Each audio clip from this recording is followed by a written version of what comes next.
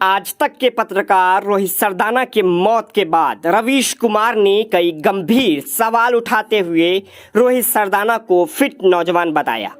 रवीश कुमार ने लिखा कि आज तक के एंकर रोहित सरदाना के निधन की खबर सुनकर स्तंभ हो, कभी मिला नहीं, लेकिन टीवी पर देखकर ही अंदाजा होता है कि शारीरिक रूप से फिट नौजवान है। मैं अभी भी सोच रहा हूँ कि इतने फिट इंसान के साथ ऐसी स्थिति क्यों आई, या इतनी तादाद में क्यों लोग अस्पताल पहुँच रहे हैं। क्या लोग अपने लक्षण को नहीं समझ पा रहे हैं या डॉक्टरों की सलाह को पूरी तरह से नहीं मान रहे हैं, या एक से अधिक डॉक्टरों की सलाह में उलझे हैं। मैं नहीं कहना चाहूँगा कि लापरवाही हुई होगी। ये सवाल मैं केवल रोहित के लिए भी नहीं कर रहा हूँ। हमें ध्यान रखना चाहिए कि बात सिर्फ दिल्ली की नहीं हो रही है, जिलों और कस्बों की भी हो रही है।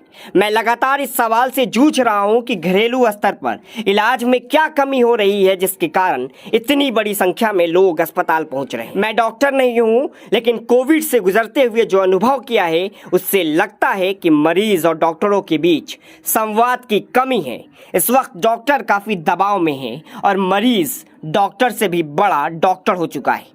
रवीश कुमार ने आगे लिखा कि कई लोग लिख रहे हैं कि आज तक ने रोहित सरदाना के निधन की खबर की पट्टी तुरंत नहीं चलाई। मेरे ख्याल से इस विषय को महत्व देना नहीं चाहिए।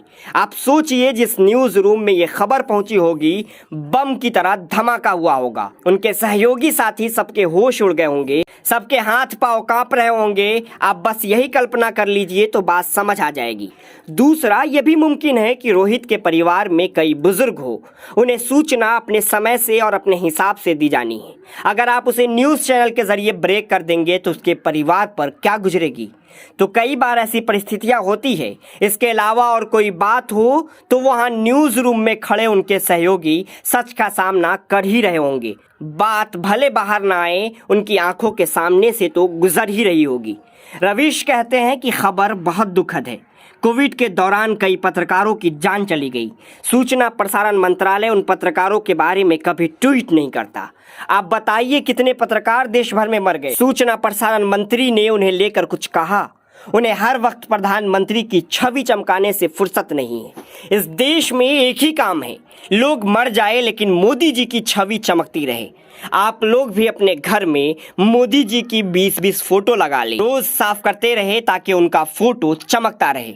उसे ट्वीट कीजिए ताकि उन्हें कुछ सुकून हो सके कि मेरी छवि घर घर चमकाई जा रही है। रवीश कुमार ने आगे कहा कि इस देश को झूठ से बचाइए, खुद को झूठ से बचाइए। जब तक आप इस झूठ से बाहर नहीं आएंगे, लोगों की जान नहीं बचा पाएंगे। अब देर से भी देर हो चुकी है। धर्म हमेशा राजनीति का सत्यानाश कर देता है और उससे बने राजनीतिक समाज का भी। ऐसे राजनीतिक धार्मिक समाज में तर्क और तथ्य को समझने की क्षमता समाप्त हो जाती है। रोहित सरदाना को श्रद्धांजलि। उनके परिवार के बारे में सोच रहा हूँ, कैसे उभरेगा इस हादसे से, और ऐसे हादसे से भला कौन उभर पाता है। भारत सरकार से मांग करूंगा कि रोहित के परिवार को 5 करोड़ का चेक दे, और वो भी तुरंत, ताकि उसके परिवार को किसी तरह की कोई दिक्कत न हो। सरकार को पत्रकारों की मदद करने में पीछे नहीं हटना चाहिए, बल्कि दूसरे पत्रकारों को भी दे। कम से कम इसी बहाने इस बात की शुरुआत होनी चाहिए कि जिन पत्रकारों की कोविड से मौत हुई है उनके लिए सरकार क्या सोच रही है। रवीश कुमार ने आगे कहा कि जो लोग रोहित के निधन पर अनाप शनाप कहीं भी कुछ भी लिख रहे हैं, उन्हें याद रखना चाहिए कि फर्ज इंसान होने का है, और यही फर्ज किसी शर्त पर आधारित नहीं है। तो इंसान बनिए, अपनी भाषा में मानवता और इंसानियत लाइए। इतनी सी बात अगर नहीं समझ सकते तो अफसोस, विनम्र बनिए। इससे बड़ा कुछ नहीं है।